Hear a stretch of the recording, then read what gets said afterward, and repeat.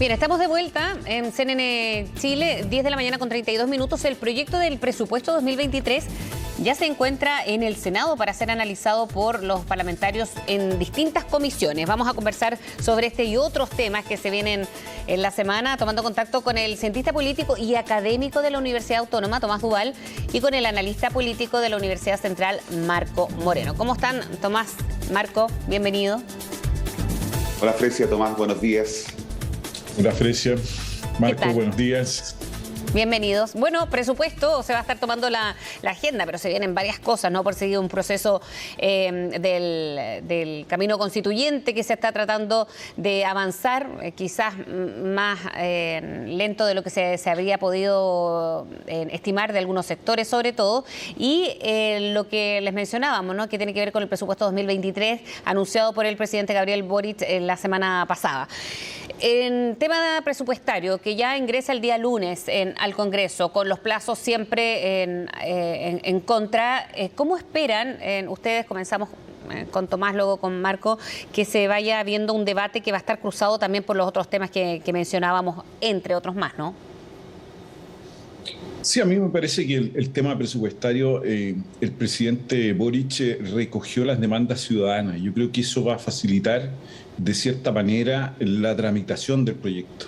Me refiero a tres ejes principales que tienen que ver con seguridad pública en general, y el segundo que dice relación con reactivación económica, inversiones públicas y también privadas, y el tercero, esta protección social. Yo creo que ahí van a estar eso le abre tres caminos, yo creo, muy importantes para poder tramitar. Ahora, sin duda hay un tema de fondo que yo creo que va a ser todavía pendiente, que es la reforma tributaria, donde efectivamente son los recursos necesarios que el Estado va a requerir para realizar este programa. Entonces ahí se van a topar, yo creo, estos dos elementos. Pero me parece que las señales que da el presidente en este punto son importantes para, entre comillas, facilitar ese diálogo.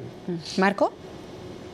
Sí, yo creo, coincido con lo que dice Tomás y agregaría que este es un proyecto contracíclico, como lo señaló el propio presidente Gabriel Boric, es decir, va en contra de lo que son las tendencias que hoy día nos están impactando, ¿no? Como veíamos, muy claras, como el tema de la agenda de orden público y seguridad ciudadana, el tema de la protección social, que creo que son ejes muy importantes de los que el gobierno se hace cargo. Hay un aumento importante, especialmente en el presupuesto para las policías, ¿no? Carabineros y la PDI, un aumento importante de los recursos que van justamente en esa dirección, porque lo que se busca es mejorar las condiciones operativas para enfrentar estos problemas de orden público y seguridad que se vienen arrastrando por años en Chile. Por lo tanto, eso va en el sentido correcto. Y también cómo se contribuye con medidas que vayan a paliar los efectos que estamos teniendo de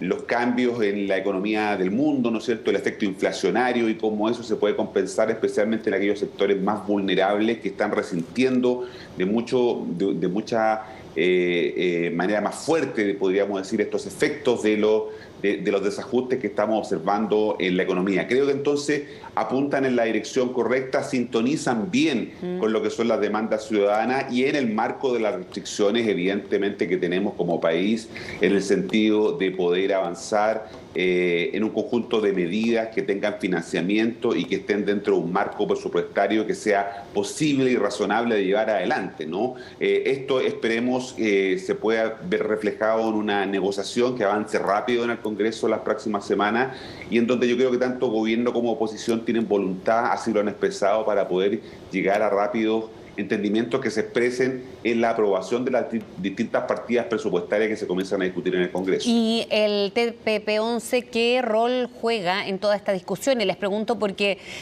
se conocían las declaraciones del presidente Boric cuando dice que fue un error haber postergado una discusión que justamente se va a tener que retomar también esta semana, o por lo menos se va a evaluar si es que se concreta eso. Entonces, en un tema que ya es polémico, sobre todo para la coalición de gobierno, cuando hay que hablar de presupuestos y sobre todo enfocado en materia de seguridad, que es lo que más importa a todos los sectores y esto de manera transversal, pero además en un acuerdo que es bien polémico, ¿cómo puede entonces confluir estas discusiones? Sin contar que a fines de este mes, como lo decían, la reforma tributaria va a ser otro tema que va a poner componente a todo este debate, Tomás. Yo estimo que básicamente la discusión del TPT-11 desde el punto de vista político a mí me parece esencial porque va a marcar la relación entre el presidente y el Congreso. Creo que ese es el primer gran hecho político en cual este gobierno se encuentra con el Congreso en el tratamiento de una ley. Y eso cómo se resuelva, yo creo que va a marcar esta relación en adelante y puede ser un facilitador o no, yo espero que sí, ¿no? Un facilitador del proceso legislativo siguiente. Y esto lo digo porque hace meses atrás, durante el gobierno de Sebastián Piñera, se habló de un parlamentarismo de facto. Bueno, aquí no estamos en ese escenario, pero sí estamos viendo que hay una correlación de fuerzas distintas en el Congreso respecto de las fuerzas oficialistas. Y desde ese punto de vista a mí me parece muy importante cómo se resuelva eso. Y lo segundo es efectivamente cómo el oficialismo resuelve esta tensión permanente entre las dos coaliciones, entre Apruebo Dignidad y el socialismo democrático. Yo creo que esos dos puntos, porque las dos coaliciones son una complejidad para el gobierno, es como jugar un partido de fútbol, digo yo, con varios balones, digamos, ¿no? Con varios balones en la cancha e intentar acomodarlos. Yo creo que ahí hay... Si este TPT-11, el proyecto en sí, da las señales adecuadas que esas cuestiones se van a resolver, yo creo que es un paso importante desde el punto de vista político. ¿Marco? Sí, diría dos cosas. Primero, este tratado fue aprobado por la Cámara de Diputados el año 2019, ¿no? Y falta la ratificación del Senado. Han pasado 3 años más o menos desde esa primera aprobación en la Cámara de Diputados y lo que está pendiente es la ratificación en el Senado, ¿no?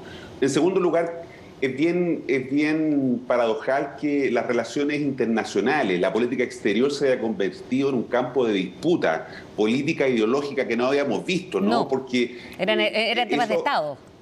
Exactamente, la política exterior como la política de defensa siempre, independientemente de los gobiernos de turno, fueron mantenidos los principales elementos y por eso se decía que estábamos enfrente a políticas de Estado, ¿no? Más allá de lo que hicieran los gobiernos. Sin embargo, se ha convertido esto, como decía, en un espacio de disputa en donde el oficialismo tiene diferencias y la oposición, ¿no es cierto?, es partidaria de aprobarlo. Por lo tanto, yo creo que lo mejor que le puede pasar al gobierno es que esto se apruebe rápidamente, el TPP-11 en el Senado, ¿no? Y luego el gobierno siga adelante con su estrategia de aprobar las cartas bilaterales, que es el entendimiento que va a tener Chile con los países miembros de este tratado transoceánico para poder llegar a entendimientos bilaterales. Por lo tanto, habría que despejar rápidamente. Creo que el mejor escenario para el gobierno es que se apruebe rápido en el Senado, despejar este tema para evitar que eso contamine la acción del gobierno en otros ámbitos, como por ejemplo la aprobación del presupuesto, como por ejemplo el avance de la reforma tributaria y la reforma de pensiones que se estima que va a entrar durante el mes de octubre a tramitación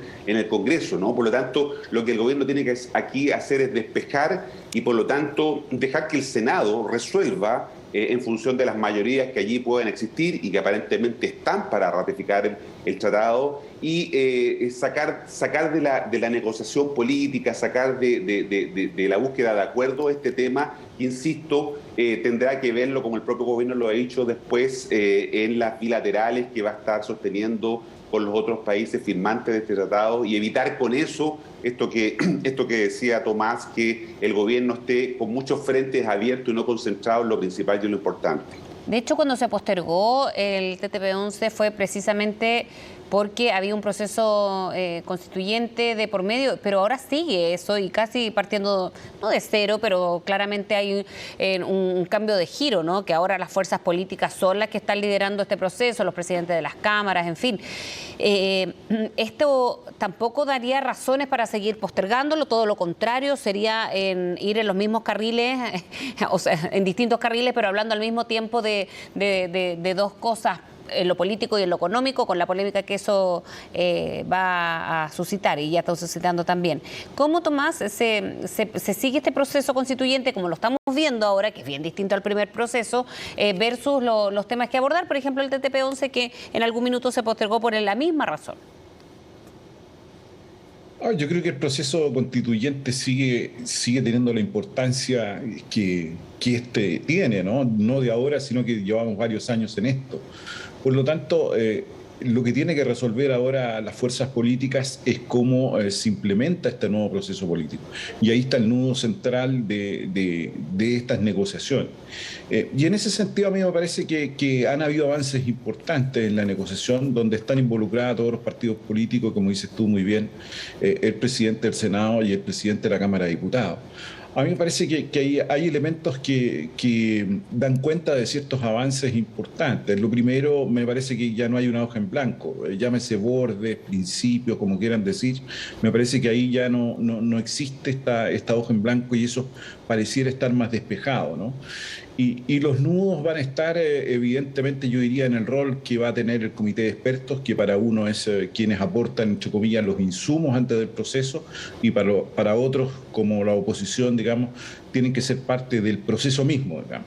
Creo que pero los expertos pareciera que están ahí, más allá de la discusión si son expertos o no son expertos y quiénes son los expertos, ¿no? Que de alguna manera tampoco. ¿Y quiénes los van a designar?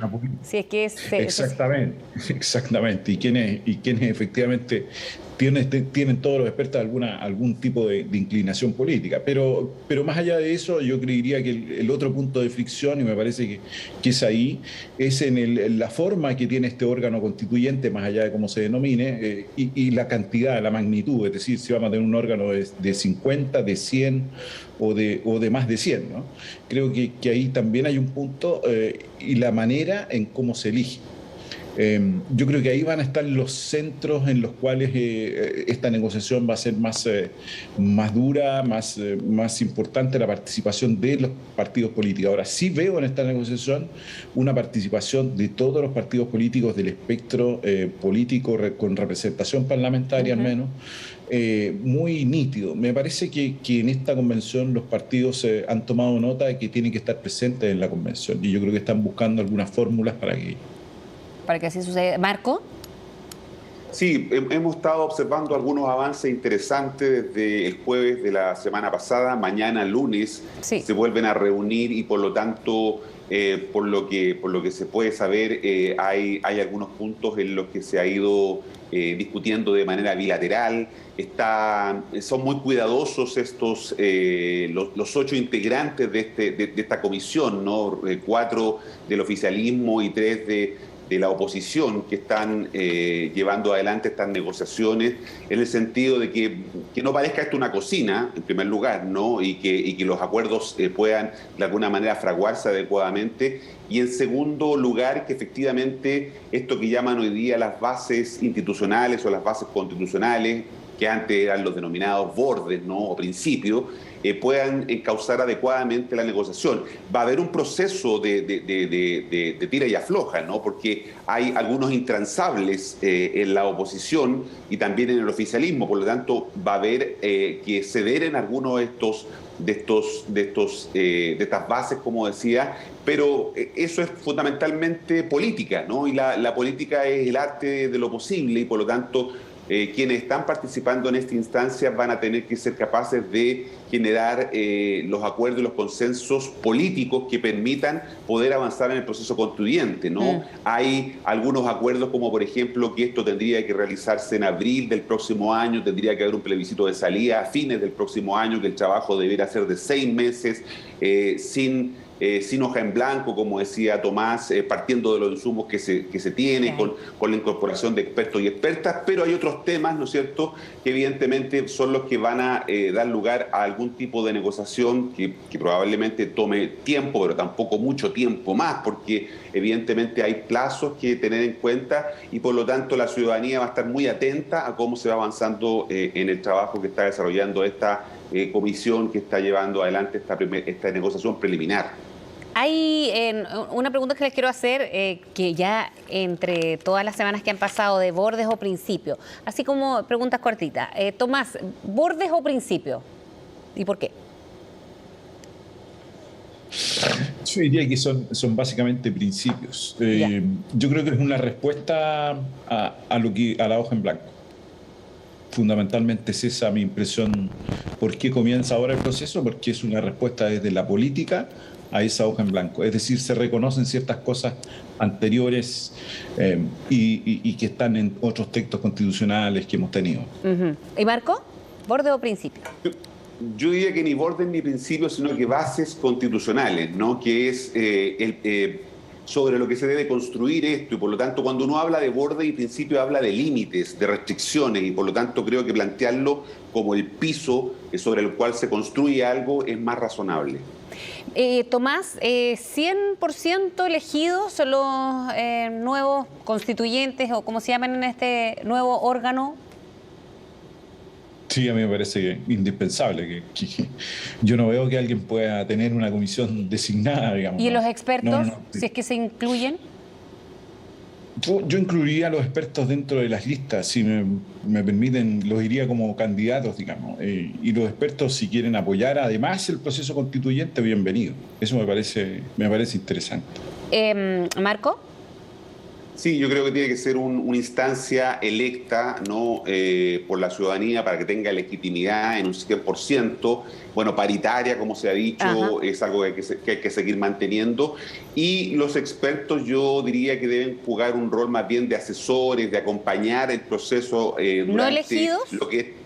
Yo diría que no elegidos. ¿Y si es designado por quién?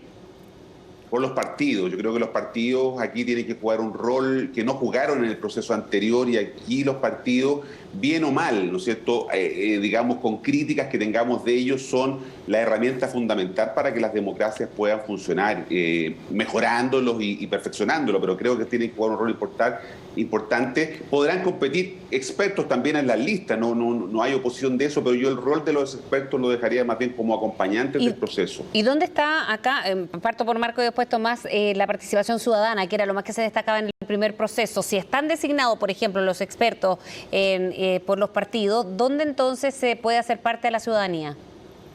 Bueno, los ciudadanos tendrán que competir en los espacios, en las listas. Los partidos políticos están comprometidos a abrir espacio a los independientes. Allí, en la lista de los partidos, los independientes tendrán un espacio y, por lo tanto, en su calidad de independiente podrán competir. Ahí son los ciudadanos quienes se presentan para ser electos por otros ciudadanos. Por lo tanto, ese es el juego de la democracia, y creo que esa es la manera en que debe establecerse el mecanismo de representación y de deliberación que tenga este nuevo órgano. Tomás. Yo concuerdo con lo que dice Marco, pero agregaría también que este nuevo órgano va a tener que buscar también mecanismos de participación ciudadana, digamos. Va a tener que implementar ciertas maneras de participación ciudadana que en el proceso pasado, si bien hubo, fueron muy bajas sus consideraciones, o ninguna, digamos. Creo que va a tener que tener mecanismos que sean y que reflejen realmente esa participación.